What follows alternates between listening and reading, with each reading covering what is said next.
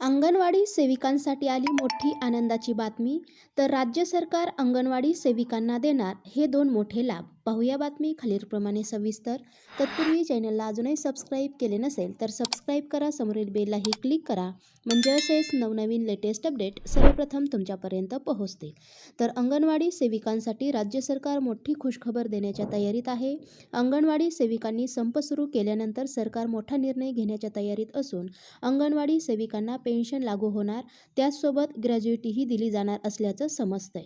हा निर्णय झाला तर राज्यातील अंगणवाडी सेविका आणि मदतनीस यांना 1,55,000पासून ते 1,76,000पर्यंत ग्रॅज्युइटी मिळण्याची शक्यता आहे.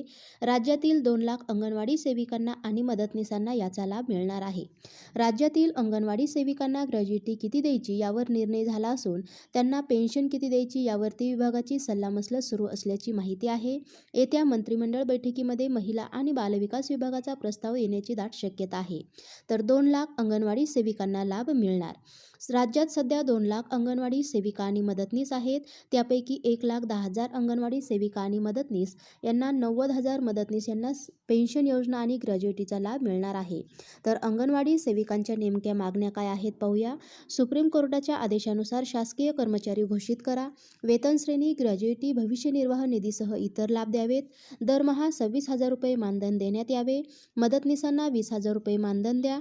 महागाई दुपटीने वाढते म्हणून दर 6 महिन्यांनी मानधनात वाढ करावी. सेवा समाप्तीनंतरच्या पेन्शनचा प्रस्ताव अधिवेशनात मंजूर करा. अंगणवाड्यांसाठी मनपा हद्दीत 5,000 ते 8,000 भाडे मंजूर करावे.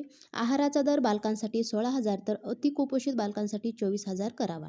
आपल्या विविध मागण्या राज्य सरकारने मान्य कराव्यात यासाठी अनेक दिवसांपासून आंदोलन सुरू होतं. त्यानंतर आता राज्य सरकार त्यासंबंधी निर्णय घ्यायच्या तयारीत आहे. अंगणवाडी सेविका आणि मदतनीसांना देण्याची ग्रॅज्युइटीची रक्कम जवळपास निश्चित झाली आहे. पण पेन्शन किती द्यायची याबाबतचा निर्णय मात्र अद्याप झाला नसून यावर सल्लामसलत सुरू आहे.